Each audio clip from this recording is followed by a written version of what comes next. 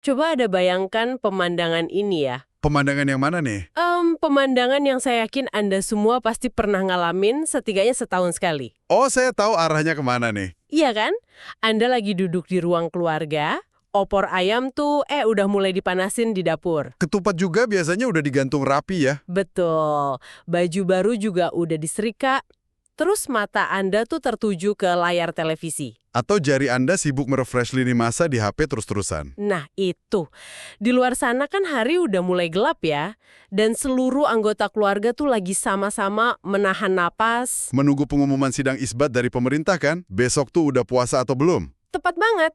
Atau yang lebih bikin deg-degan itu besok udah lebaran atau kita masih harus sahur lagi satu hari. Dan keresahan itu sangat bisa dipahami loh. Itu udah jadi realitas sosial kita yang mendarah daging. Kayak udah jadi tradisi kecil gitu ya, selalu ada ketegangan di meja makan atau obrolan panas di grup WhatsApp keluarga. Sampai kadang ada rasa frustrasi ringan kan? Persiapan udah 100%, tapi ternyata hari raya harus mundur sehari. Cuma gara-gara hilalnya tidak terlihat, akibat mendung. Tapi tahukah Anda, di balik perdebatan tahunan yang rasanya nggak pernah usai itu, tradisi astronomi dalam Islam sebenarnya menyimpan sejarah yang sangat luar biasa panjang. Sebuah sejarah yang sangat mencerahkan, tapi sayangnya seringkali terlewatkan dalam diskusi sehari-hari kita. Ketidakpastian jadwal yang sering kita rasain hari ini, itu sebenarnya gerbang masuk yang paling pas buat memahami sesuatu yang lebih besar. Memahami tentang bagaimana sebuah peradaban membangun fondasi sainsnya dari nol kan? Betul. Dan inilah yang akan menjadi titik awal dari seluruh rangkaian penelusuran dokumen sumber kita kali ini. Kita nggak sekedar ngomongin kalender. Kita sedang membicarakan evolusi cara berpikir sebuah umat. Selamat datang di Podcast Dongeng. Hari ini kita akan melakukan sebuah pembahasan mendalam ya. Betul sekali. Kita bakal menelusuri sebuah referensi utama yang sangat komprehensif, yaitu dokumen Pedoman Hisab Muhammadiyah. Terbitan dari Majelis Tarjih dan Tajdid Pimpinan Pusat Muhammadiyah. Misi kita hari ini sangat jelas. Kita akan menelusuri narasi luar biasa tentang bagaimana umat Islam itu berevolusi. Dari sebuah masyarakat yang awalnya sama sekali tidak mengenal tradisi baca tulis, Sampai berubah menjadi peradaban sains yang mampu melakukan perhitungan astronomi dengan tingkat presisi yang sangat tinggi. itu transformasi yang epik banget sih. Oke, mari kita bedah nih. Kita putar waktu jauh ke belakang dulu nih ke Jazirah Arab. Di zaman Nabi Muhammad SAW ya. Iya, catatan sejarah dalam dokumen ini mendeskripsikan peradaban Arab pada masa itu sebagai umat yang ummi. Umat yang umi, Ada sebuah kutipan hadis riwayat Bukhari dan Muslim yang jadi jangkar pemahaman kita di sini. bunyinya gimana tuh? Sesungguhnya kami adalah umat yang ummi, kami tidak bisa menulis dan tidak bisa melakukan hisab. Pengakuan historis yang sangat transparan ya. Nah, fakta itu sangat esensial karena ngebawa kita pada sebuah pijakan penting dalam metodologi hukumnya. Tapi sebelum kita masuk lebih dalam, kita harus lihat kondisi sosiologis masyarakat Arab saat itu dulu dong. Mereka kan kebanyakan masyarakat nomaden ya. Pedagang gurun yang sangat mengandalkan navigasi bintang secara natural. Tapi mereka belum punya literatur matematis yang tersistematisasi. Belum ada tradisi observatorium atau ngitung astronomi di atas kertas gitu kan? Betul. Jadi pengakuan sebagai umat yang ummi, ini tuh bukan sebuah bentuk kelemahan. Melainkan deskripsi objektif tentang realitas demografis mereka saat itu. Tepat sekali. Tapi tunggu sebentar nih. Ini kan memunculkan satu pertanyaan penting ya. Pertanyaan apa tuh? Kalau kita membaca teks sucinya di Al-Quran, misalnya di Surah Ar-Rahman dan Surah Yunus, Di situ kan sangat jelas memberikan dorongan imperatif ke manusia buat menggunakan perhitungan. nah itu dia. Al-Quran nyebutin kalau matahari dan bulan beredar menurut perhitungannya. Terus kenapa di zaman Nabi, praktek penentuan awal bulan justru pakai ru'yat? Maksudnya melihat bulan secara fisik pakai mata telanjang kan? Bukankah itu kedengarannya bertolak belakang sama semangat ayatnya? Kenapa umat disuruh melihat kalau kitab sucinya sendiri ngomongin tentang menghitung? Pertanyaan yang bagus. Dan ini justru menyentuh jantung dari prinsip ilat. Ilat itu sebab hukum dalam tradisi fikih kan? Betul, nggak ada yang bertolak belakang kalau kita paham konteksnya. Kenapa syariat awal memerintahkan ru'yat? Jawabannya justru ada di kondisi ummi yang baru aja kita bahas tadi. Kondisi masyarakat yang belum kenal tradisi baca tulis dan belum menguasai instrumen perhitungan yang rumit. Itu yang jadi ilatnya. Coba kita pakai analogi sederhana deh biar Anda yang dengerin lebih kebayang. Boleh? Gimana analoginya?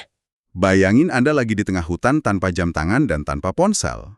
Oke, tersesat di hutan. Terus Anda harus nentuin waktu tepat tengah hari. Apa yang bakal Anda lakuin? Ya, saya pasti bakal langsung lihat posisi matahari dong ke atas.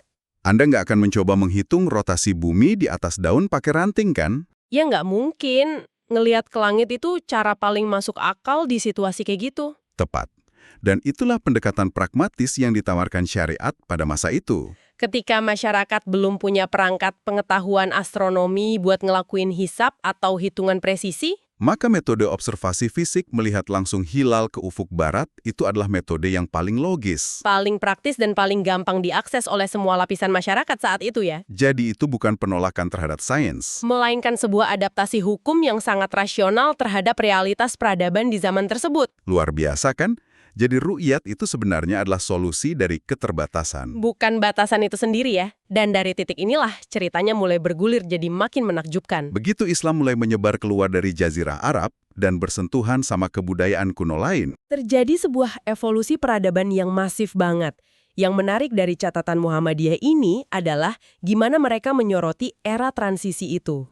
era di mana terjadi gerakan penerjemahan ilmu pengetahuan besar-besaran ya. Betul, terutama yang didorong sangat giat pada era kekhalifahan Abbasiyah. Umat Islam mulai menyerap perbendaharaan sains dari peradaban raksasa sebelumnya, Ada naskah-naskah astronomi tingkat tinggi dari Yunani. kayak karya agung dari Ptolemeus yang diterjemahin jadi Al-Majisti. Terus masuk juga karya dari India kayak Siddhanta yang dikenal luas sama ilmuwan muslim sebagai Sinhin. Sampai literatur astronomi dari Persia juga masuk. Apa yang bikin era ini memukau adalah ilmuwan muslim masa itu nggak cuma jadi mesin fotokopi sejarah. Penerjemahan itu cuma batu loncatan awal ya. Dari literatur asing itu, bermunculan tokoh besar yang mulai mengkritisi karya pendahulu mereka. Bayangin sosok kayak Al-Khwarizmi yang menciptakan logaritma. Beliau bikin koreksi matematis yang merevolusi cara manusia menghitung loh. Terus ada Al-Batani yang nggak cuma duduk santai baca buku Yunani. Beliau membangun observatoriumnya sendiri ngukur kemiringan ekliptika bumi dan melakukan pengamatan konstan puluhan tahun. Dari sebuah bangsa yang tadinya mendeklarasikan diri nggak bisa nulis dan berhitung, Mereka bertransformasi radikal jadi arsitek utama peradaban sains dunia. menggabungkan metode hitungan India, observasi Persia, dan geometri Yunani. Lalu menyintesisnya jadi teori falak yang sama sekali baru dan jauh lebih akurat. Mereka udah menanggalkan status umi itu. Nah, di sini bagian yang benar-benar menarik buat kita. Terutama buat Anda yang dengerin di Indonesia. Gimana api sains yang nyala terang di Timur Tengah ini akhirnya bisa menyeberang ke Nusantara? Dan membakar semangat pembaruan di sini ya. Kalau kita lompat ke abad ke-20, di Indonesia, dokumen yang kita bedah ini tuh memperkenalkan momen epik banget. Ada satu sosok sentral yang harus kita bahas nih. KH Ahmad Dahlan. Selama ini kan kebanyakan orang kenal beliau murni sebagai tokoh agama pendiri Muhammadiyah ya.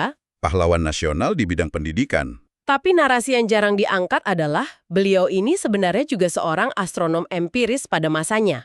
Beliau bawa pulang ilmu astronomi mutakhir setelah bertahun-tahun berguru ke ulama falak terkemuka di Mekah. Pas beliau balik ke tanah air, beliau nggak pulang dengan tangan kosong. Beliau bawa metodologi sains. Dan sains tuh dimanapun dan kapanpun pada hakikatnya selalu punya potensi buat menantang status quo. Sains kan nggak peduli sama perasaan atau tradisi ya. Ketika sebuah kebenaran matematis absolut dihadapkan sama kebiasaan yang udah turun-temurun, Disitulah percikan api pergesekan sosial mulai muncul. coba bayangin ketegangan di momen ini. KH Ahmad Dahlan kembali ke kampung halamannya di Kauman, Yogyakarta. Sebagai pemuda yang baru pulang bawa ilmu baru, beliau ngelihat sekeliling. Dan perhatiannya langsung tertuju pada Masjid Besar Kauman. Ini bukan masjid biasa loh, ini pusat spiritual jantung ibadahnya masyarakat Yogyakarta waktu itu. Berbekal ilmu falak syar'i yang beliau kuasain, beliau mulai ngukur dan ngitung arah kiblat masjid itu. Pakai hitungan astronomis dan trigonometri bola yang sangat cermat. Dan beliau nemuin fakta yang bikin kaget. Arah kiblat masjid tersebut selama ini melenceng. Secara matematis, arah kiblat umat di situ ternyata ngarahnya ke benua Afrika, ke Ethiopia, bukan ke Ka'bah di Mekah. Bisa dibayangin betapa mengagetkannya temuan ini buat masyarakat saat itu. Terus apakah beliau diam aja demi menjaga harmoni sosial? Nggak dong. Demen deblanian moral yang luar biasa, beliau mutusin buat memaparkan temuan ini. Beliau sampai merombak garis saf sholat di dalam masjid demi sebuah kebenaran ilmiah.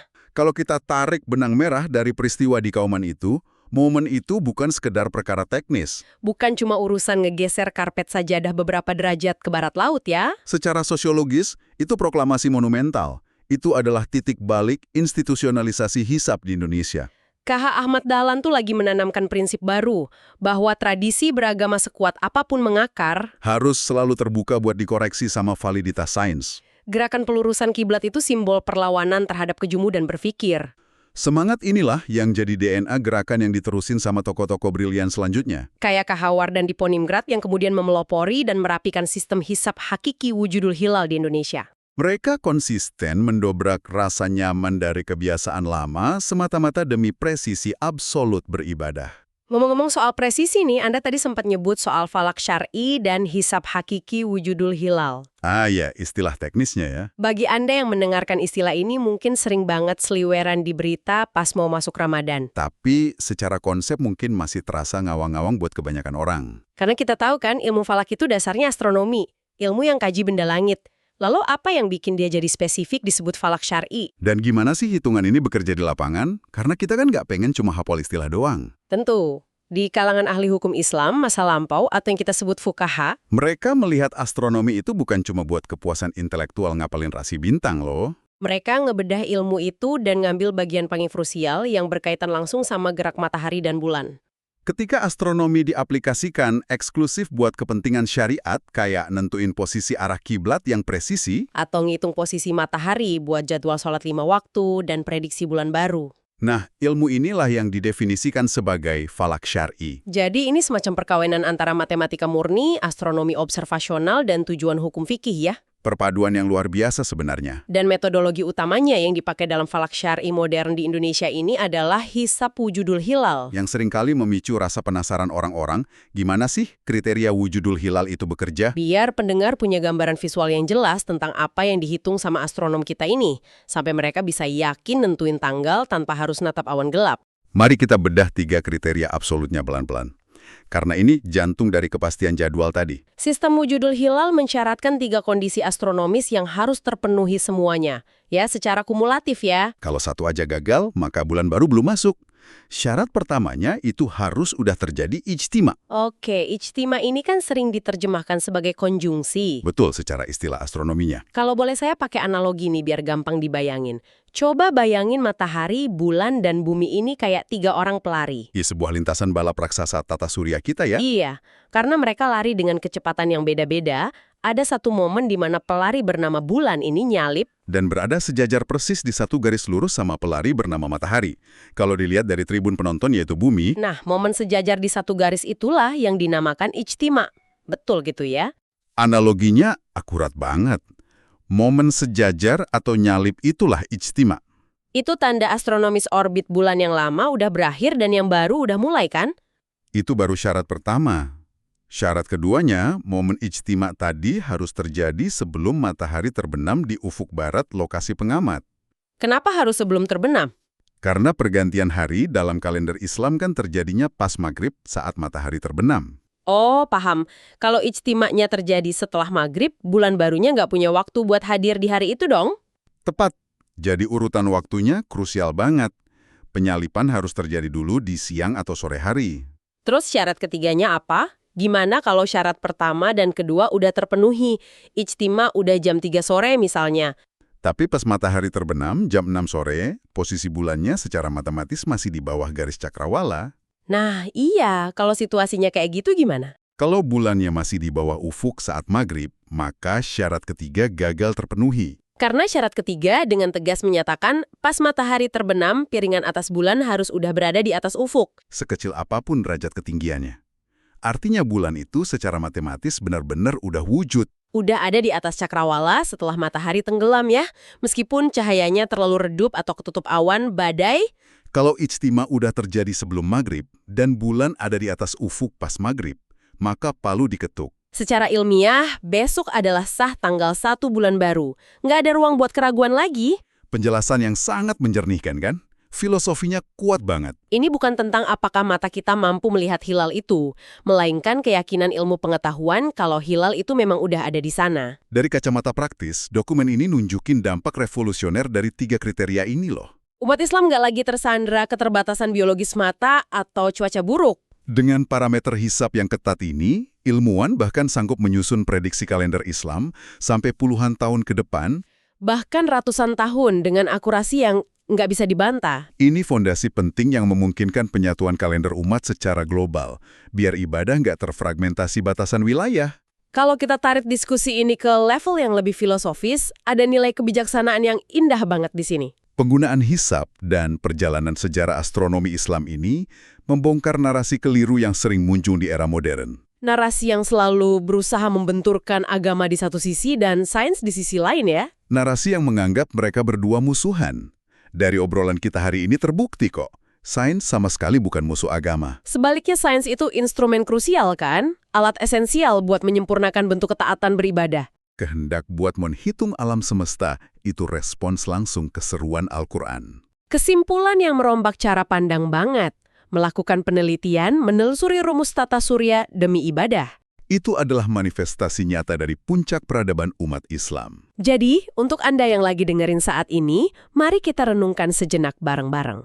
Waktu besok, Anda buka ponsel pintar buat ngecek jadwal sholat yang akurat sampai hitungan detik. Atau waktu Anda gelar sajadah, terus ngatur sudut kemiringan pakai aplikasi arah kiblat. Ketahuilah, Anda nggak cuma sekedar mencet tombol pada teknologi konsumtif. Pada detik itu, Anda sebenarnya lagi melakukan level pengabdian tertinggi seorang hamba.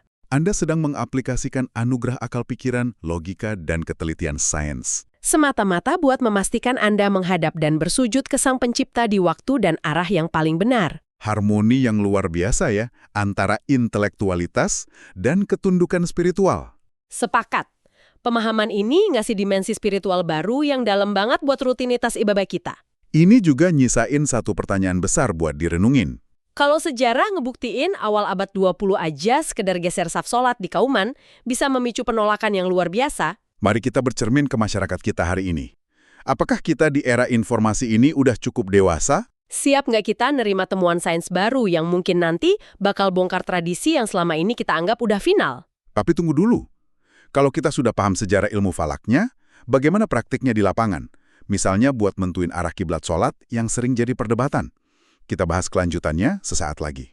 Nah, menyambung pertanyaan tadi soal arah kiblat, bayangkan Anda sedang berdiri di tengah suasana yang sangat tegang. Tegang gimana maksudnya ini? Gini, kita mundur sejenak ke masa lalu, tepatnya menjelang awal abad ke-20, di sebuah kampung yang sangat kental dengan tradisi keagamaan, yaitu Kampung Kauman di Yogyakarta. Oke, daerah keraton ya? Betul. Udara saat itu mungkin terasa lebih berat dari biasanya. Anda bisa merasakan ada pergesekan besar yang sedang terjadi di bawah permukaan. Pergesekan antara siapa dengan siapa? Di satu sisi, ada kemapanan tradisi yang sudah dipraktekkan turun-temurun selama berabad-abad. Tradisi ini dijaga sangat ketat oleh keraton dan para ulama setempat. Sudah mengakar kuat berarti ya? Sangat kuat. Nah, di sisi lain, ada seorang pemuda cerdas yang baru saja pulang dari Mekah. Kiai Haji Ahmad Dahlan. Tepat, beliau pulang tidak hanya membawa pendalaman ilmu agama, tapi juga membawa sebuah pisau analisis yang sangat tajam, yaitu ilmu falak modern atau astronomi. Membawa pemikiran baru yang berbasis sains eksak ke dalam ranah tradisi yang sudah mapan itu, ibarat menyalakan korek api di dekat tong bensin loh. Iya, metafora yang pas banget. Disinilah bagian yang sangat menarik. Pasti ada sesuatu yang spesifik kan? Sebuah temuan yang bikin pemuda ini merasa harus segera mengambil tindakan. Padahal, risikonya berhadapan dengan seluruh struktur masyarakat Kauman saat itu. Nah, itu dia inti masalahnya. Kiai Haji Ahmad Dahlan dengan ilmu falak yang beliau pelajari, menyadari sebuah kesalahan geografis yang cukup fatal. Kesalahan fatal apa itu? Kesalahan yang selama ini luput dari perhatian semua orang. Saat itu, Masjid Gede Kauman dan sejujurnya hampir mayoritas masjid di Nusantara memiliki arah kiblat yang hanya ditarik lurus ke arah barat. Kalau dipikir-pikir, masuk akal sih kenapa orang zaman dulu berpikir begitu. Kenapa menurut Anda? Ya, kalau kita melihat peta dunia yang datar, yang sering kita lihat di buku pelajaran sekolah atau atlas itu, kan proyeksinya mendatar. Sering disebut proyeksi Mercator. Iya, yang bentuknya kotak itu kan? Nah, ya. Di peta datar itu, posisi Indonesia ada di sebelah kanan dan Arab Saudi ada di kiri. Jadi logikanya sederhana saja. Tarik garis lurus ke kiri alias ke barat. Selesai. menghadaplah ke arah matahari terbenam. Logika yang sangat umum dipakai. Tapi disinilah sains mulai membongkar ilusi visual tersebut. Karena bumi kita bulat ya. Betul sekali. Bumi kita ini kan bukan kertas lembar, melainkan sebuah bola 3 dimensi. Ketika Anda menarik garis lurus ke arah barat geografis dari Pulau Jawa, menyusuri lengkungan bumi, garis itu sama sekali tidak akan membawa Anda ke Mekah. Loh, terus jatuhnya kemana kalau lurus ke barat? Garis lurus ke barat dari Indonesia justru akan menyusuri Samudra Hindia dan berujung nabrak benua Afrika, tepatnya di sekitar wilayah Ethiopia atau Somalia. Berarti selama berabad-abad, secara tidak sadar, orang-orang menghadap ke Afrika dong. Secara lintasan geografis iya. Kalau pakai Google Maps zaman sekarang, mungkin aplikasinya sudah bersuara. Anda salah tujuan, silahkan putar balik di Samudra Hindia. Pantas saja Kiai Haji Ahmad Dahlan merasa ini kondisi darurat. Sangat darurat secara teologis. Kalau arah barat geografis ternyata salah, lalu kemana arah yang sebenarnya? Karena posisi bumi yang bulat dan letak koordinat geografisnya, arah terdekat dan paling presisi menuju Mekah dari Indonesia itu sebenarnya mengharuskan kita serong sedikit ke arah barat laut. Barat laut. Oke. Nah, penelusuran kita kali ini berangkat dari titik krisis tersebut. Kita akan membedah bagaimana ilmu hisab dan falak itu ternyata bukan sekedar deretan angka matematis. Tapi sebuah instrumen mutlak untuk memverifikasi arah ibadah kita ya. Tepat. Lebih dari itu, ini soal keberanian mengubah kebiasaan. Tapi mengubah arah kiblat sebuah masjid raya pada masa itu, apalagi masjid gede milik keraton, kan bukan perkara hitung-hitungan di atas kertas saja. Benar, itu tantangan terbesarnya. Itu sama halnya dengan menantang seluruh struktur sosial, kultural, dan hierarki keagamaan yang sedang berkuasa loh. Tentu saja. Dan disinilah momen dramatis yang mengubah sejarah itu terjadi. Anda harus membayangkan keberanian yang luar biasa dari sosok Ahmad Dahlan muda. Apa yang beliau lakukan? Beliau tidak mau hanya sekedar berdebat teori di luar masjid. Dengan tenang, beliau melangkah masuk ke dalam ruang utama Masjid Gede Kauman yang sangat sakral itu. Wah, langsung masuk ke kandang singa ini. Di tangannya ada kapur putih. Berbekal hitungan falak yang sudah beliau pastikan kepresisiannya, beliau menunduk dan mulai menggoreskan garis-garis saf yang menyilang. Menyorat lantai masjid. Iya, beliau mencoret lantai masjid, membuat garis miring dari arah bangunan aslinya, membelokkan arah orang berdiri menjadi serong ke barat laut, demi meluruskan arah ke Mekah. Bisa dibayangkan betapa syoknya masyarakat dan tokoh agama saat itu melihat sebuah garis kapur putih tiba-tiba memotong rapinya saf masjid mereka. Pasti gempar. Tapi, di sisi lain, bagi Anda yang mendengarkan, kita juga harus menempatkan diri kita pada posisi masyarakat tradisional saat itu. Kita tidak bisa serta-merta menyebut mereka penjahat atau sekedar fanatik buta. Benar sekali. Ada nuansa psikologis yang sangat dalam di sana. Bayangkan saja, mereka itu sedang melindungi warisan sakral. Arah masjid itu mungkin sudah ditetapkan oleh ulama-ulama besar pendahulu mereka. Bahkan mungkin sejak zaman Wali Songo. Tepat. Bagi masyarakat awam, ketika ada anak muda datang dan mencoret lantai masjid untuk mengubah arah kiblat, itu seolah-olah mengatakan bahwa ibadah kakek buyut mereka selama ratusan tahun itu salah atau tidak sah. Itu pasti melukai kebanggaan dan keyakinan spiritual yang sangat personal ya. Sangat melukai. Analisis yang tajam, dan memang itulah yang memicu ledakan konflik. Terus bagaimana respons penguasa setempat? Kanjeng Penghulu Kamaludiningrat, yaitu otoritas keagamaan tertinggi di keraton saat itu, tentu saja marah besar. Tindakan garis kapur Kiai Haji Ahmad Dahlan itu dianggap merombak kemapanan. Dianggap kelancangan terhadap tradisi keraton. Iya, kelancangan terhadap para pendahulu. Ketegangan ini memuncak, eskalasinya naik dari sekedar adu argumen menjadi amukan massa. Sampai ada kekerasan fisik. Puncak dari geger Kauman ini sangat tragis. Massa mendatangi Langgar Kidul, yaitu surau kecil milik Kiai Haji Ahmad Dahlan, dan merobohkannya sehingga rata dengan tanah. Astaga, sampai dirobohkan. Puing-puing kayunya berserakan, menjadi saksi bisu betapa resistennya manusia terhadap perubahan. Sebuah harga yang sangat mahal untuk dibayar. Langgarnya hancur karena beliau bersikeras mempertahankan kebenaran saintifik yang berbenturan dengan kenyamanan tradisi. Betul. Lalu bagaimana respons Kiai Haji Ahmad Dahlan melihat suraunya dihancurkan? Disitulah letak kemenangan keteguhan hati yang sesungguhnya.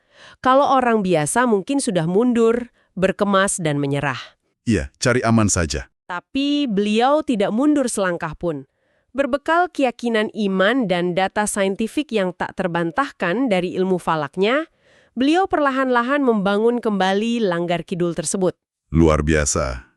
Ini contoh klasik dan inspiratif ya untuk Anda yang mendengarkan. Bagaimana sains harus berhadapan dengan tradisi buta dan pada akhirnya memelopori gerakan pembaruan. Mari kita urai hal ini lebih jauh. Kisah ini meletakkan dasar yang kuat, tapi mari kita tarik ke sisi praktisnya. Boleh. Soalnya kalau dengar kata ilmu falak atau astronomi, yang terbayang di kepala itu papan tulis penuh rumus trigonometri. Rumus bola, logaritma, hitung bujur dan lintang yang bikin pusing kan? Nah iya. Adakah cara dari warisan ilmu falak ini yang lebih merakyat? Sesuatu yang bisa diaplikasikan oleh pendengar kita di rumah tanpa harus menjadi ahli matematika? Kabar baiknya, alam semesta sudah menyediakan sistem navigasi yang paling elegan dan sederhana untuk kita. Kita tidak butuh alat navigasi canggih atau teodolit. Oh iya, pakai apa dong? Ada sebuah fenomena astronomi menakjubkan yang dikenal dalam ilmu falak sebagai istiwa a'zam atau roshdul qiblah. Oke, roshdul qiblah. Mari kita bedah istilah ini supaya lebih mudah dicerna. Fenomena seperti apa ini sebenarnya? Secara ilmiah, ini adalah momen tahunan ketika deklinasi matahari persis sama dengan lintang geografis Ka'bah di Mekah. Tunggu, istilah deklinasi matahari ini mungkin masih agak abstrak bagi sebagian dari kita. Bisa diberikan analogi yang lebih visual? Tentu. Buat Anda yang bingung, deklinasi itu sederhananya begini. Karena bumi kita miring pada porosnya saat mengelilingi matahari, dari sudut pandang kita di bumi, matahari itu seolah-olah bergerak naik turun dari garis khatulistiwa sepanjang tahun. Jadi posisinya bergeser-geser ya kalau kita lihat dari bumi. Betul.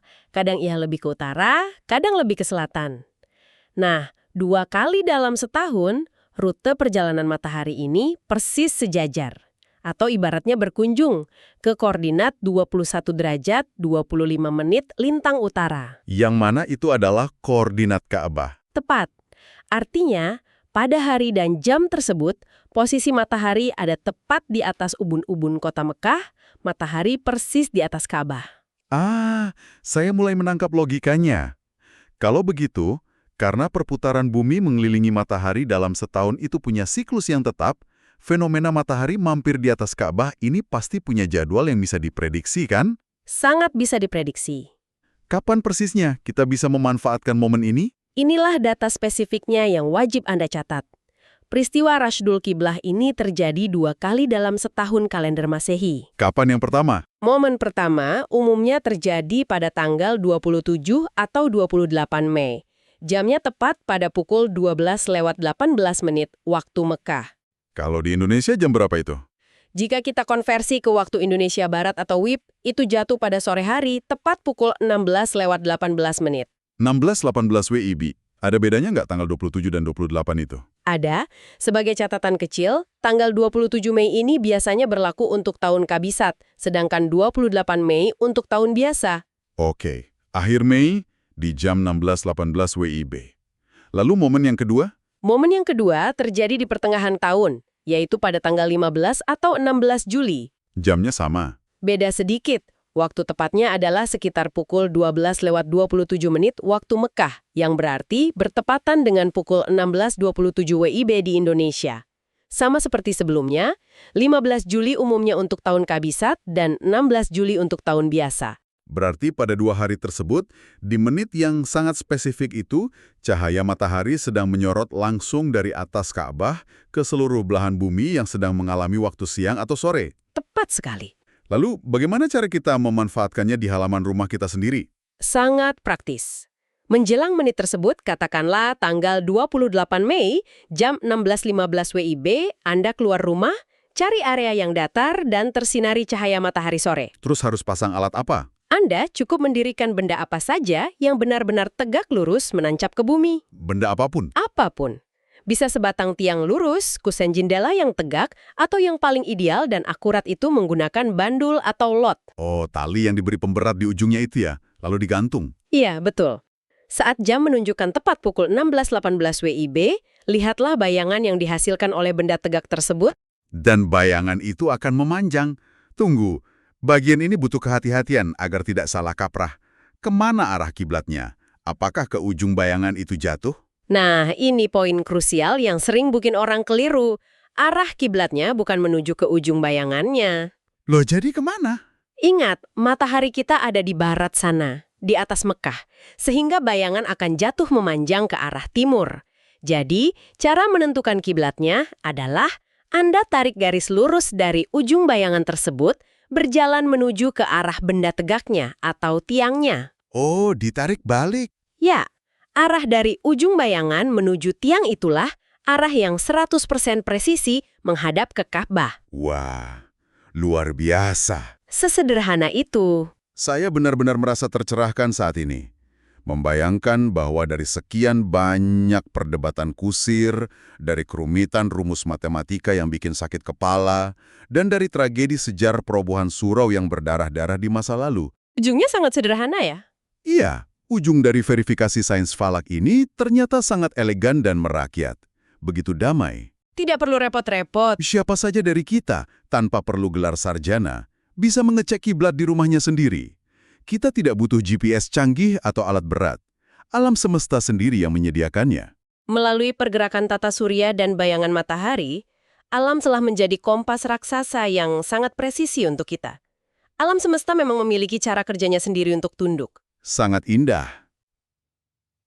Bayangkan, garis bayangan imajiner itu ditarik dari halaman rumah Anda, melintasi pulau, membelah Samudra Hindia bagian utara, melewati daratan Asia Selatan, dan dengan sangat akurat menembus ruang menunjuk langsung ke Ka'bah. Sains telah menyederhanakan segalanya ya, memotong bias peta datar yang selama ini menipu mata kita. Betul. Tapi diskusi kita belum lengkap rasanya kalau kita tidak menyelami sisi kedalaman maknanya. Jadi apa makna dari semua ini? Jika kita menalik mundur lensa kita dari semua detail astronomi, sudut kemiringan bumi, dan bayang-bayang matahari ini, mengapa satu titik koordinat ini menjadi begitu krusial? Pertanyaan yang bagus. Mengapa Kiai Haji Ahmad Dahlan sampai rela dimusuhi satu kampung dan suraunya dihancurkan hanya demi akurasi derajat arah ini? Mengapa kita harus begitu mati-matian menghadap ke satu titik bangunan di gurun pasir sana? Ini pertanyaan yang sangat esensial. Dan untuk menjawabnya, kita harus meluruskan niat dan makna bagi Anda yang sedang menyimak. Apa yang perlu diluruskan? Menghadap ke arah Ka'bah, itu sama sekali bukanlah wujud menyembah sebuah bangunan batu berbentuk kubus peninggalan Nabi Ibrahim. Batu tetaplah batu. Sepakat. Kalau hanya fisik, itu berhala jadinya. Jika kita hanya berhenti pada pemahaman fisik bendanya, kita akan kehilangan intisari spiritualnya. Ka'bah di sana ditempatkan oleh Tuhan sebagai sebuah titik sentral, sebuah kompas universal. Berarti secara filosofis, Ka'bah ini menyimbolkan ukhuwah Islamiyah ya, ikatan persaudaraan dan persatuan umat yang sangat kokoh. Anda bisa bayangkan kalau tidak ada satu titik sentral yang disepakati. Pasti kacau. Setiap orang, setiap kelompok, atau setiap bangsa mungkin akan merasa paling benar dan memilih arah kiblatnya sendiri-sendiri berdasarkan ego lokal mereka. Sangat betul. Coba Anda rasakan sensasinya. Resapi sejenak adegan kolosal ini di pikiran Anda. Adegan miliaran umat Islam. Iya. Di setiap perputaran detik di berbagai belahan bumi yang berbeda zona waktunya, ada miliaran manusia. Mereka berasal dari latar belakang yang sama sekali tidak ada hubungannya satu sama lain. Ras yang berbeda, warna kulit yang beragam, kebangsaan yang mungkin secara politik sedang berseteru. Bahkan status sosial yang jaraknya bagai bumi dan langit. Iya. Mulai dari seorang raja yang bertahta di istana berlapis emas, seorang CEO di gedung pencakar langit, hingga seorang petani yang berdoa di atas tanah basah sehabis hujan. Semuanya bergerak bersama. Semuanya, serentak, meletakkan kening mereka di atas tanah yang sama, menanggalkan atribut duniawinya, dan memusatkan wajah ke satu titik koordinat sentral yang persis sama. Merinding membayangkannya. Visualisasi miliaran manusia yang bersujud ke satu poros itu secara otomatis meruntuhkan ego primordial kita. Ego keakuan kita hancur di sana. Segala bentuk kesombongan, entah itu pangkat, jabatan, isi rekening, hingga garis keturunan, sirna seketika saat semua wajah harus menghadap ke titik yang sama. Kita pada akhirnya menyadari bahwa kita hanyalah partikel kecil. Sebuah debu di dalam lingkaran konsentris raksasa umat manusia. Di sanalah letak pembuktian bahwa di hadapan Sang Pencipta, tidak ada manusia yang lebih tinggi dari manusia lainnya kecuali ketakwaannya. Dan di titik inilah sains dan iman menemukan pertemuannya yang paling indah. Presisi yang membawa pada penyerahan diri. Benar, presisi keilmuan hisab dan falak dalam menentukan arah kiblat bukanlah bentuk obsesi manusia pada angka matematika yang kaku. Justru sebaliknya. Itu adalah cara sains membuktikan totalitas penghambaan kita. Sains hadir di sini untuk memastikan bahwa secara fisik, ruang, dan spiritual, umat manusia dipersatukan tanpa celah, dipandu oleh alam semesta menuju satu fokus tujuan mutlak yang terarah lurus menghadap Allah Subhanahu wa Ta'ala. Sangat mendalam. Berarti, saat Kiai Haji Ahmad Dahlan menggoreskan garis kapur putihnya yang berani itu, niatnya bukan untuk memecah belah warga Kauman. Sama sekali bukan. Beliau justru ingin meluruskan barisan umat menuju persatuan yang hakiki, yang selaras dengan hukum alam dan kebenaran spiritual. Mendengarnya membuat kita memiliki apresiasi yang jauh lebih mendalam terhadap para ilmuwan dan ulama terdahulu. Pengetahuan astronomi yang mereka miliki tidak digunakan untuk arogansi intelektual. Tidak untuk pamer seolah bisa menaklukkan alam, kan? Betul. Ketelitian mereka menghitung bayangan, kalibrasi lintang dan bujur di malam yang dingin, semuanya murni dilakukan demi sebuah pengabdian. Mereka menatap luasnya langit malam bukan untuk merasa besar, tapi justru untuk merendahkan diri kepada pemilik tata surya tersebut. Sebuah perenungan filosofis tentang persatuan yang sungguh membuat kita terdiam. Dari sebuah kampung di Yogyakarta, kita belajar banyak hari ini. Mulai dari perdebatan arah, garis kapur, sejarah yang berdarah, hingga keajaiban fenomena bayangan matahari tahunan. Semuanya mengajarkan kita bahwa dimensi ruang, tempat kita memosisikan titik tegak kita di atas bumi, sangatlah krusial untuk persatuan spiritual kita. Itu kalau urusan arah kita menghadap. Tapi bagaimana dengan waktu kita menghadap Tuhan? Kenapa jadwal sholat harian bisa beda-beda tiap daerah dan dipengaruhi refraksi cahaya? Ini yang makin menarik untuk kita bedah. Bener banget. Tadi kan kita singgung soal jadwal sholat nih. Aku jadi penasaran. Nah, kalau kamu beneran penasaran, aku mau ajak kamu, dan pastinya buat kamu yang lagi dengerin obrolan kita ini, coba deh lakuin satu eksperimen pikiran kecil-kecilan. Eksperimen gimana tuh maksudnya? Gini, coba kamu lupain sejenak jam dinding yang ada di ruanganmu. Singkirin juga itu angka digital yang terus berkedip di layar HP-mu. Anggap aja detik ini, semua alat penunjuk waktu buatan manusia itu lenyap dari muka bumi. Wah, horor juga ya bayanginnya. Kehidupan di zaman modern yang serba terburu-buru ini pasti langsung kacau balau, jadwal meeting berantakan, kereta saling tabrak, terus patokan kita buat hidup apa dong? Patokannya persis di atas kepala kita. Coba bayangin, kamu hidup di masa umat Islam berabad-abad yang lalu, jauh sebelum ada jam mekanik bergigi roda, apalagi jam atom. Gimana caranya mereka tahu kalau waktu sholat udah masuk? Berarti lihat matahari dong ya pastinya. Nggak mungkin nungguin bunyi alarm. Tepat. Matahari itu jam raksasanya. Penentu waktu sesungguhnya adalah benda langit. Bayangin betapa menuntutnya proses observasi ini secara fisik. Misalnya nih, untuk tahu waktu asar udah masuk, kamu nggak bisa cuma duduk santai di dalam rumah. Harus rela keluar ruangan dan kepanasannya. Harus, kamu rela keluar, berdiri di bawah terik matahari sore, terus ngamatin bayangan tubuhmu sendiri di tanah. Waktu asar itu baru masuk pas panjang bayanganmu udah persis nyamain tinggi badanmu. Oh, berarti ngukurnya benar-benar manual pakai proporsi tubuh sendiri ya? Benar, tapi itu pun belum selesai. Kamu harus nambahin panjang bayangan itu sama panjang bayanganmu pas matahari persis ada di puncaknya pas siang hari, atau yang biasa kita kenal dengan istilah zawal. Pantesan, zaman dulu butuh observasi yang intens ya. Kalau asar aja butuh usaha fisik kayak gitu, gimana ceritanya kalau subuh? Mataharinya kan jelas-jelas belum terbit, langit masih gelap gulita. Nah, yang itu usahanya jauh lebih dramatis lagi. Butuh ketajaman mata yang luar biasa.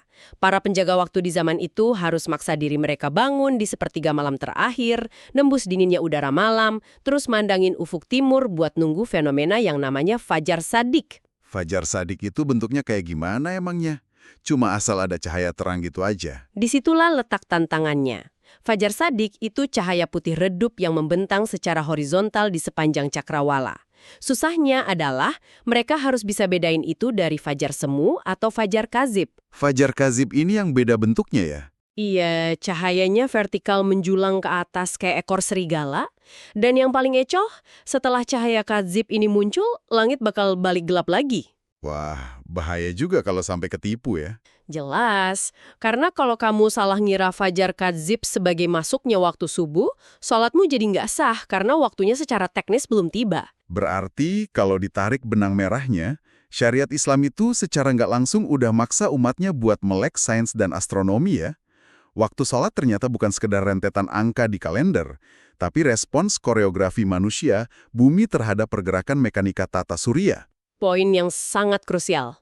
Dan itulah misi penelusuran mendalam kita kali ini. Kita bakal ngebedah sebuah dokumen yang luar biasa, yaitu buku Pedoman Hisab Muhammadiyah dari Majelis Tarjih dan Tajdid.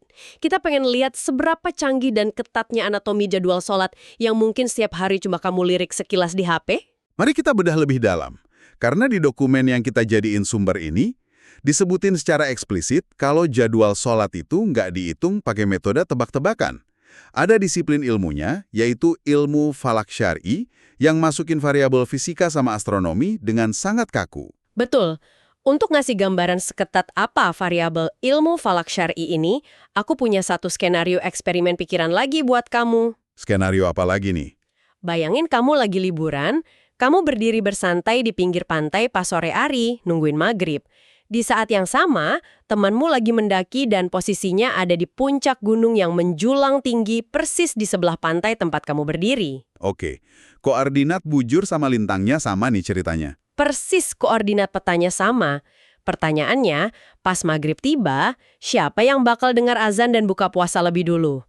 Kamu yang di pantai atau temanmu yang di puncak gunung? Kalau pakai intuisi awam sih, pasti mikirnya sama aja kan? Kan kita di area wilayah yang sama. Tapi karena kita lagi nelusurin fakta ilmiahnya, tebakanku pasti ada bedanya. Jangan bilang yang di pantai malah buka puasa duluan. Tebakan yang sangat cerdas. Memang benar, secara ilmiah dan sesuai pedoman hisab, orang yang di pantai bakal buka puasa lebih dulu dibanding yang di atas gunung. Tunggu, kok bisa gitu? Secara logika, bukannya matahari terbenam ya terbenam aja secara barengan untuk seluruh wilayah itu. Disinilah falak mematahkan intuisi kita. Ini erat kaitannya sama konsep astronomi yang disebut ketinggian tempat atau deep of horizon. Falak klasiknya nyebut ini inhifat. Kuncinya ada di kata ufuk atau cakrawala. Ufuk itu batas pandang tempat ketemunya langit sama permukaan bumi kan? Betul.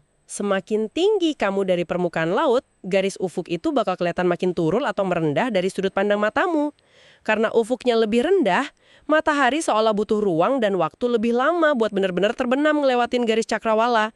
Makanya, buat kamu yang di pantai, mataharinya seakan udah nyemplung duluan. Ah, masuk akal banget.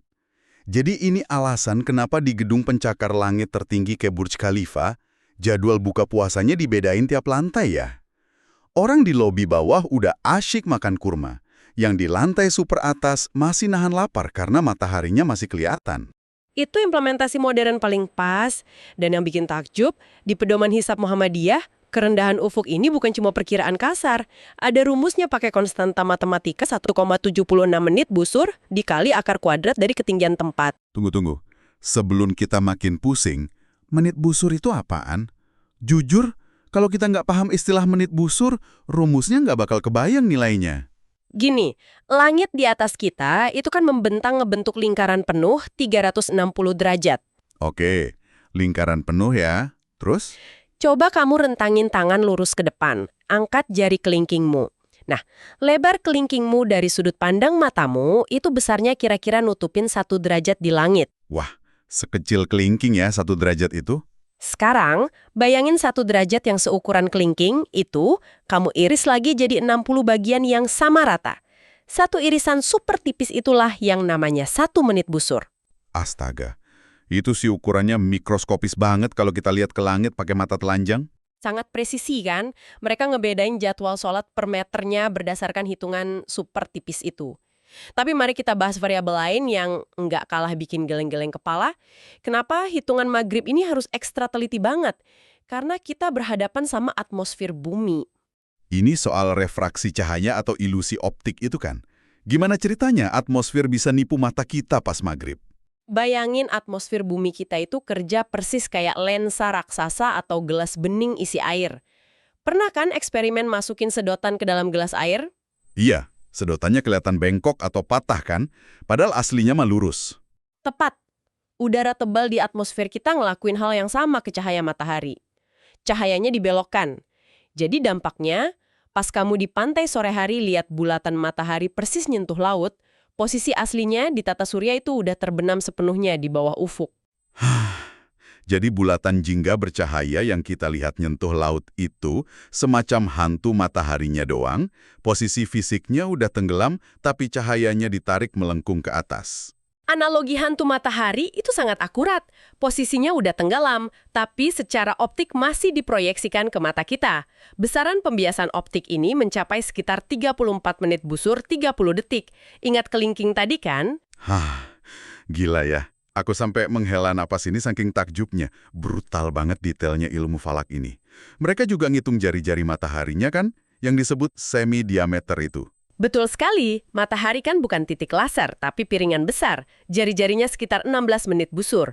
Jadi harus ditunggu sampai ujung paling atas piringan itu benar-benar tenggelam, baru dihitung sah. Itulah dedikasi yang luar biasa dari ulama dan astronom terdahulu. Mastiin ibadah kita itu sah, nggak mendahului ketentuan waktu. Sangat patut diapresiasi. Prinsip presisi ini juga dipakai untuk sholat Isya ketika syafaq merah menghilang di fase astronomical twilight atau saat subuh pas fajar shadiq mulai mendaki dari bawah ufuk timur. Tapi ngomong-ngomong, ini ada satu hal yang lumayan bikin ganjal di pikiran. Kalau rumusnya udah segila dan sepresisi itu, udah ngitung kelengkungan atmosfer segala macem, kenapa di pedoman hisab Muhammadiyah masih ada tambahan waktu pengaman alias ikhtiyat? Waktu pengaman tambahan sekitar 1-2 menit dari hasil hitungan matematis itu ya? Nah iya, awalnya aku mikir, apa pembuat hisabnya ini rada kurang yakin sama hasil hitungannya sendiri? Semacam, aduh takut meleset nih, tambahin 2 menit deh biar aman. Kelihatannya emang gitu ya, tapi sama sekali bukan karena keraguan. Penambahan ikhtiyat ini justru adalah manuver pengamanan matematis tingkat tinggi. Ini soal kehati-hatian sosiologis dan geografis. Oke, gimana tuh logika geografisnya? Bumi kita kan bola raksasa yang muter terus. Matahari bergeser setiap saat. Nambahin waktu pengaman 1 menit aja, itu secara geografis setara dengan kita memperluas area aman jadwal tersebut sejauh kurang lebih 27,5 km ke arah barat. Oh, jadi ini untuk nge-cover wilayah administratif yang luas ya, biar aman buat warga di pinggiran kota. Tepat sekali. Bayangin otoritas ngeluarin jadwal buat pusat kota Yogyakarta. Kalau angkanya mutlak, orang di pinggiran barat bisa batalin puasa sebelum waktunya beneran masuk di wilayah mereka. Dengan ikhtiyat, jadwal itu otomatis memayungi seluruh wilayah dengan sempurna.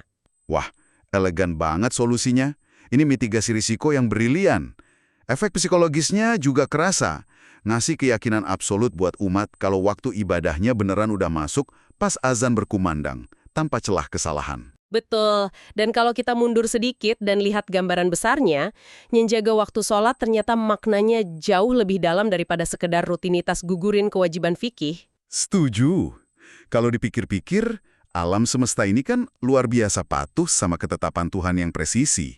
Matahari nggak pernah telat terbit, bulan nggak pernah tiba-tiba nyasar keluar orbit. Semuanya tunduk merunduk pada garis edar dan perhitungan fisika yang maha sempurna. Makanya pas seorang muslim disiplin sholat, persis pas matahari tergelincir turun saat zuhur, atau pas syafaq menghilang tertelan kegelapan saat isya, dia itu lagi secara sadar melepaskan ego kemanusiaannya. Betul. Kita sering ngerasa waktu kitalah yang paling penting, jadwal kerja kita yang memutar dunia. Padahal azan itu manggil kita buat berhenti sejenak dari ilusi kesibukan manusia. Menyelaraskan detak jantung dan ritme hidup pribadi kita yang penuh kecemasan ini sama ritme agung alam semesta yang abadi. Sangat indah sudut pandangnya. Pada akhirnya, semua kerumitan hisab, rumus elevasi tanah, sampai pembiasan cahaya, itu hanyalah sebuah bahasa matematika yang kita pakai buat ngebaca kapan jadwal pertemuan sakral kita dengan Sang Pencipta tiba. Waktu sholat harian ternyata seilmiah itu ukurannya. Tapi ujian aslinya kan selalu datang pas mau nentuin puasa dan lebaran. Nah, lantas bagaimana Muhammadiyah memakai hisab untuk penentuan awal bulan? Jangan kemana-mana. Masuk ke urusan yang biasanya paling rame dan ditunggu-tunggu warganet tiap tahun. Bayangkan suasananya nih. Anda sedang duduk di ruang keluarga, mata terpaku pada layar televisi. Wah, iya, sedikit tegang gitu kan biasanya. Betul. Di atas meja mungkin masih ada toples nastar yang tinggal separuh. Atau sirup yang es batunya sudah mencair. Suasana mendadak hening. Anak-anak di sebelah Anda mulai tanya-tanya tuh, ini besok masih harus bangun jam 4 pagi buat sahur nggak sih? Atau udah boleh takbiran keliling kampung? Nah, persis. Seluruh keluarga di seantero negeri itu lagi menanti Bapak Menteri Agama ngetuk palu di malam sidang isbat. Momen ini sangat akrab buat kita semua di Indonesia. Sebuah tradisi tahunan yang entah bagaimana selalu berhasil membekukan waktu sejenak dan menyatukan perhatian seluruh negeri. Suasana yang selalu bikin jantung sedikit berdebar ya. Tapi realitas tahunan ini memunculkan satu pertanyaan yang sangat menggelitik. Terutama buat Anda yang mungkin sering bergumam sendiri pas lihat perdebatan di media sosial. Emang pertanyaannya gimana tuh? Logikanya gini. Di era modern ini, ketika teknologi umat manusia sudah sedemikian luar biasa maju, kita udah bisa kirim robot ke Mars, kecerdasan buatan bisa prediksi cuaca dengan presisi. Mengapa kita masih sering berbeda hari dalam menentukan tanggal 1 Ramadan atau 1 Syawal? Iya juga. Bukankah letak bulan itu secara skala kosmis ibarat cuma sepelemparan batu dari bumi?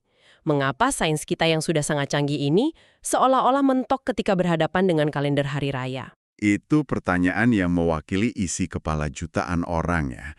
Dan seringkali memicu perdebatan panas.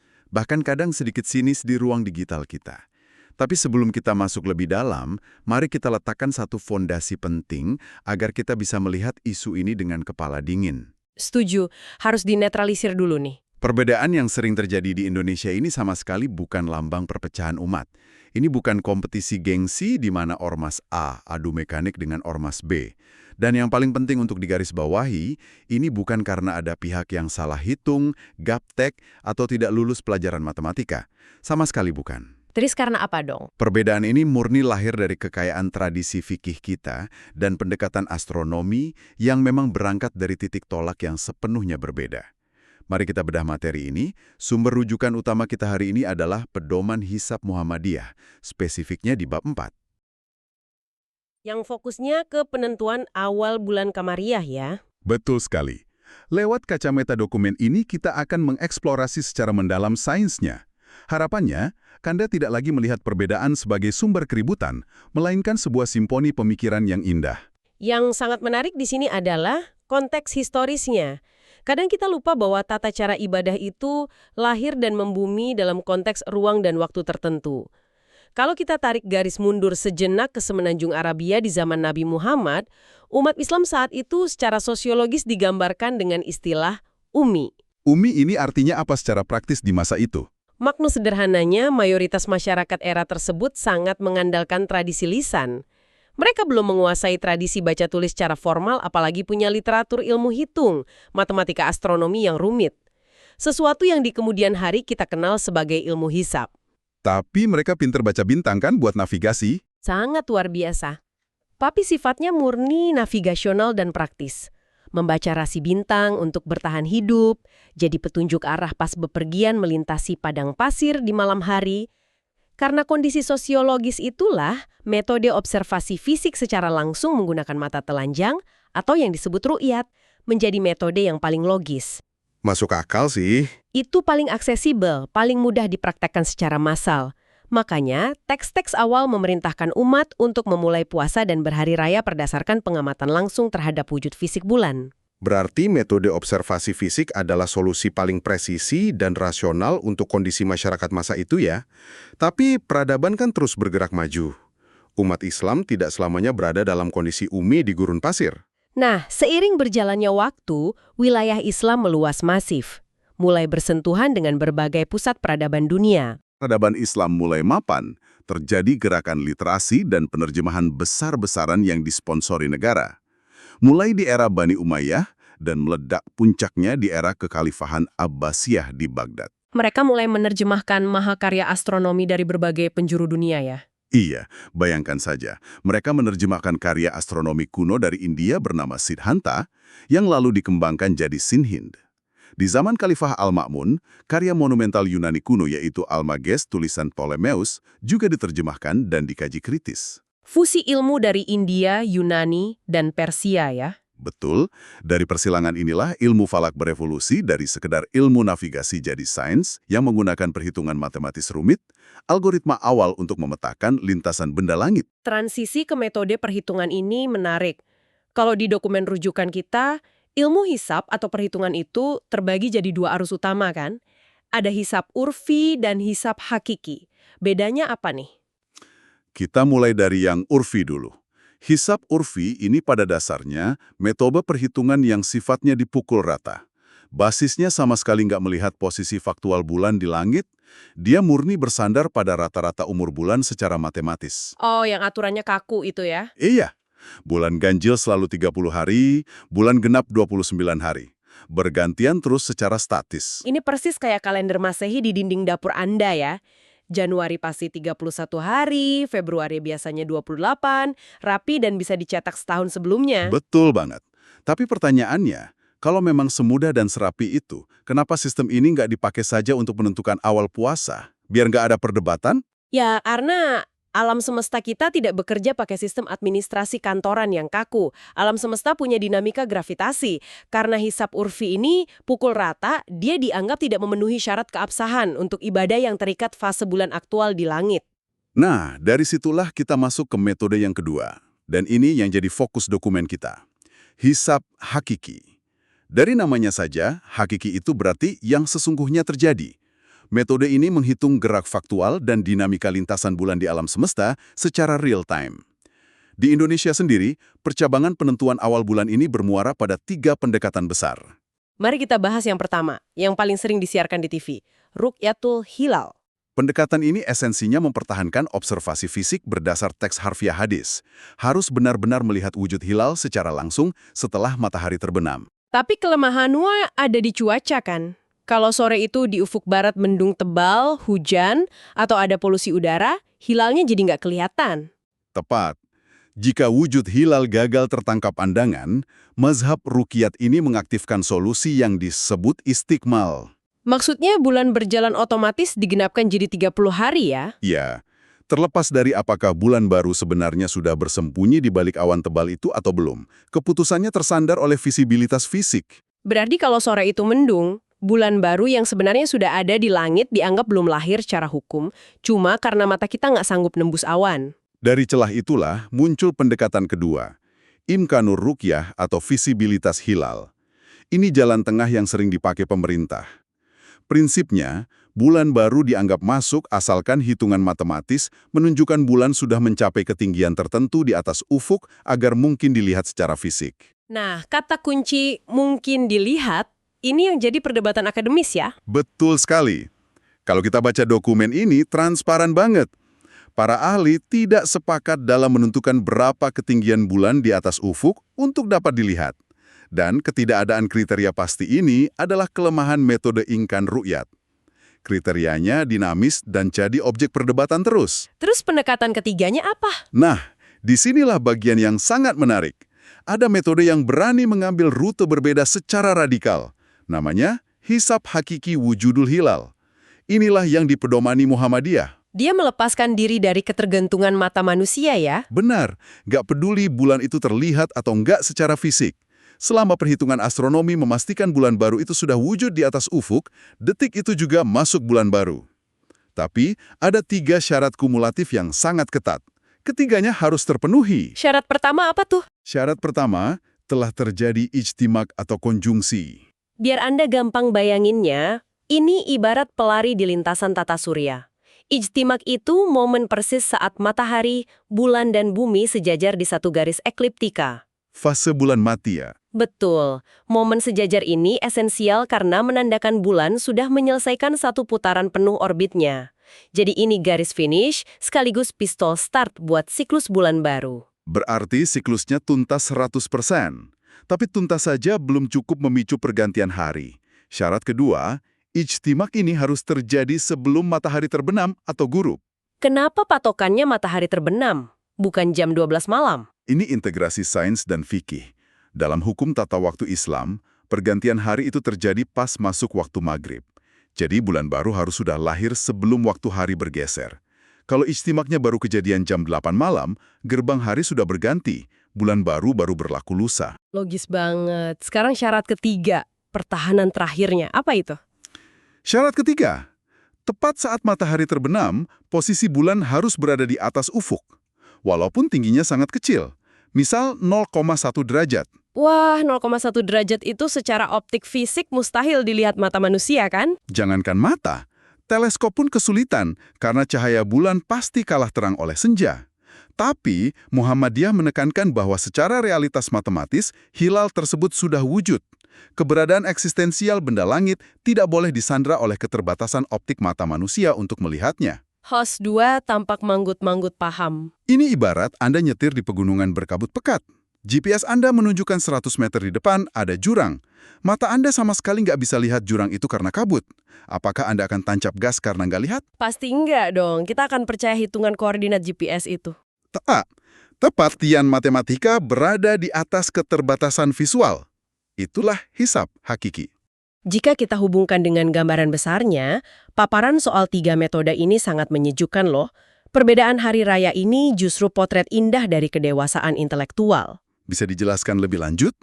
Mereka yang menggunakan ru'yat sedang berpegang teguh pada ketaatan tekstual hadis harfiah. Yang menggunakan imkanur ru'yat sedang mencari moderasi dan titik temu, empiris fisika. Sementara wujudul hilal mempraktikkan ijtihad masa depan. Mereka mengandalkan kepastian sains. Ijtihad ini juga mengambil semangat dari Al-Quran.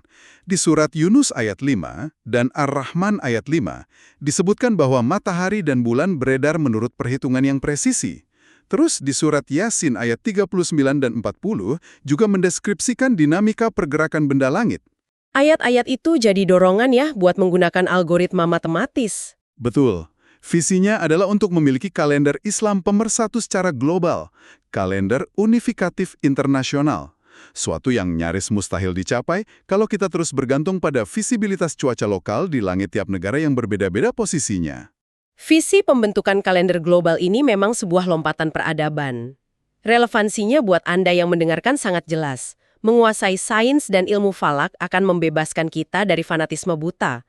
Kita dididik untuk bisa berbeda pendapat secara elegan, ilmiah, dan penuh persaudaraan. Memahami bahwa perbedaan ini hasil kerja keras ulama dan saintis dalam mencari kebenaran, bukan sekedar ego kelompok. Dan kehebatan ilmu hisab ini nggak cuma berhenti pada penentuan awal bulan yang kita bahas barusan loh.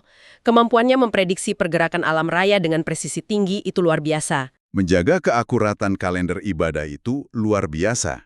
Tapi ternyata hisab juga bisa memprediksi fenomena alam langka seperti gerhana jauh sebelum terjadi loh. Kok bisa?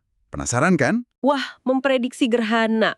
Itu kan fenomena langit yang epik banget. Buat benar-benar memahami seberapa epik dan mendalamnya topik eksplorasi kita hari ini, aku mau ngajak kamu, ya kamu yang lagi dengerin kita, santai-santai nih, buat mundur sejenak dari kesibukan. Mari kita putar waktu, mundur ke 14 abad yang lalu, tepatnya di kota Madinah. Oke, Madinah 14 abad lalu. Bayanganku sih ini kota gurun yang panas terik dan langitnya benderang banget ya. Nah, normalnya memang begitu. Tapi mendadak pada hari itu atmosfernya beda banget. Ada suasana duka yang kerasa pekat menyelimuti kota. Nabi Muhammad SAW saat itu lagi ngadepin ujian yang sangat berat. Beliau baru aja kehilangan putra balitanya yang sangat disayangi, Ibrahim. Aduh, pasti sedih banget. Kehilangan anak kan duka yang sangat universal ya buat siapa aja. Benar, air mata Rasulullah menetes di hari itu. Tapi pas di tengah kesedihan yang mendalam itu, tiba-tiba anomali kosmik terjadi. Siang yang benderang itu meredup, cahaya tertelan, suhu anjlok, dan langit mendadak gelap. Terjadi gerhana matahari persis di hari duka tersebut.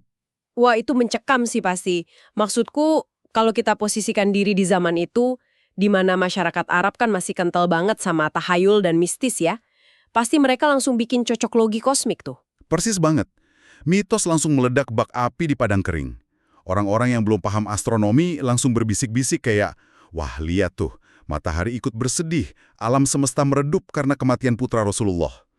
Dan jujur aja nih, dari sudut pandang politis, membiarkan mitos ini hidup kan, sebenarnya gampang banget buat naikin pamor seorang pemimpin. Iya kan?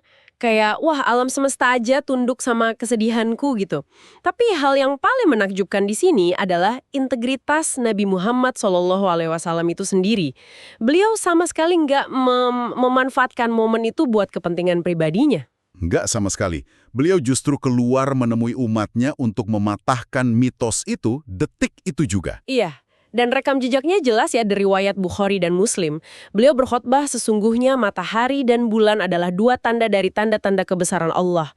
Keduanya tidak mengalami gerhana karena kematian seseorang atau karena kehidupan seseorang. Gila, ini pukulan telak banget buat tahayul zaman itu. Banget.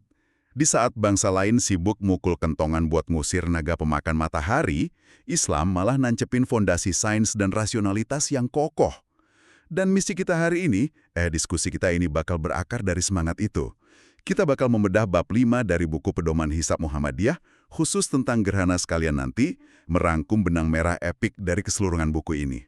Oke, mari kita bedah ini dari sisi mekanika langitnya dulu. Kalau dari buku Pedoman Hisab Muhammadiyah yang kita baca ini, fenomena yang kerasa magis ini kan murni koreografi tata surya ya? Betul. Gerhana itu demonstrasi paling epik dari sunatullah atau hukum fisika alam semesta yang presisi. Ada dua fase utama nih. Pertama, kusuf atau gerhana matahari. Ini terjadi pas fase konjungsi atau ijtima. Pas matahari, bulan sama bumi lagi sejajar kan? Iyap, di satu garis lurus, di titik simpul orbitnya. Karena bulan di tengah, cahaya ke bumi kehalang, dan bayangannya jatuh ke bumi. Siang jadi gelap. Terus yang kedua itu khusuf atau gerhana bulan. Pas fase oposisi, pas bulan purnama. Kalau ini gantian bumi yang di tengah ya, menjepit? Benar. Jadi bayangan bumi yang segede itu nutupin bulan purnama yang biasanya terang. Dan yang bikin visualnya beda-beda pas kita lihat dari bumi tuh gara-gara jenis bayangannya ya. Ada umbra sama penumbra. Tepat. Umbrah itu bayangan inti yang paling gelap. Kalau wilayah kita pas kena umbra ini kita bakal lihat gerhana total. Gelap gulita sampai bintang bisa kelihatan siang bolong. Tapi kadang bulannya nggak nutupin full ya, cuma nyisain cahaya kayak cincin api gitu. Nah itu namanya gerhana cincin. Terjadi karena orbit bulan itu kan elips agak lonjong. Pas bulan lagi di posisi agak jauh, kerucut umbranya nggak nyampe nyentuh bumi. Kalau yang cuma kena bayangan luar atau penumbra, itu cuma lihat gerhana sebagian. Ini memunculkan satu pertanyaan penting nih. Kalau fenomena raksasa ini murni fisika, terus apa respons yang diajarin syariat? Maksudku, kita nggak cuma disuruh nontonin aja kan? Pastinya nggak dong. Syariat ngasih panduan yang indah banget. Kita disuruh berhenti sejenak dari urusan duniawi buat mendirikan sholat kusufain atau sholat gerhana. Dan tata caranya unik banget, beda dari sholat biasa. Iya, aku baca nggak ada azan atau iqomah ya. Cukup disuruh dengan as-sholatu jami'ah.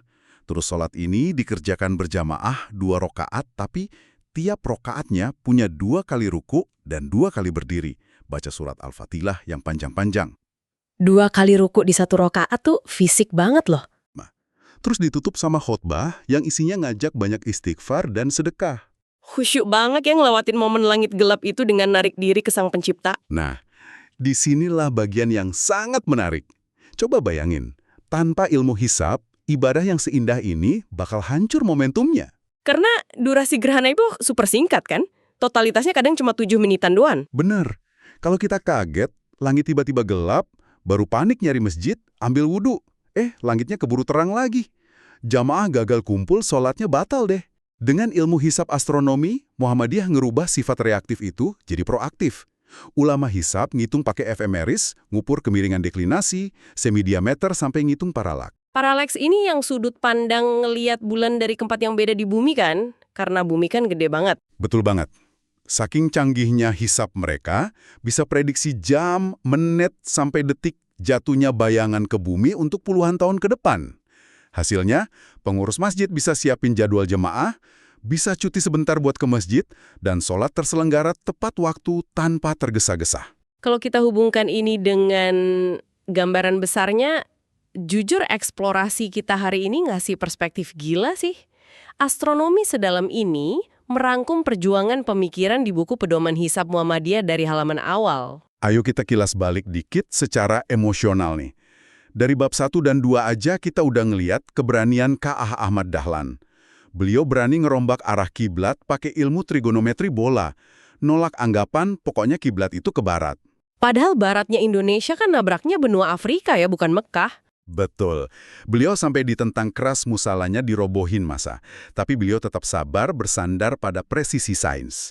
Terus masuk ke bab 3, ada kedisiplinan mengkalibrasi waktu sholat 5 waktu dengan sinkronisasi matahari.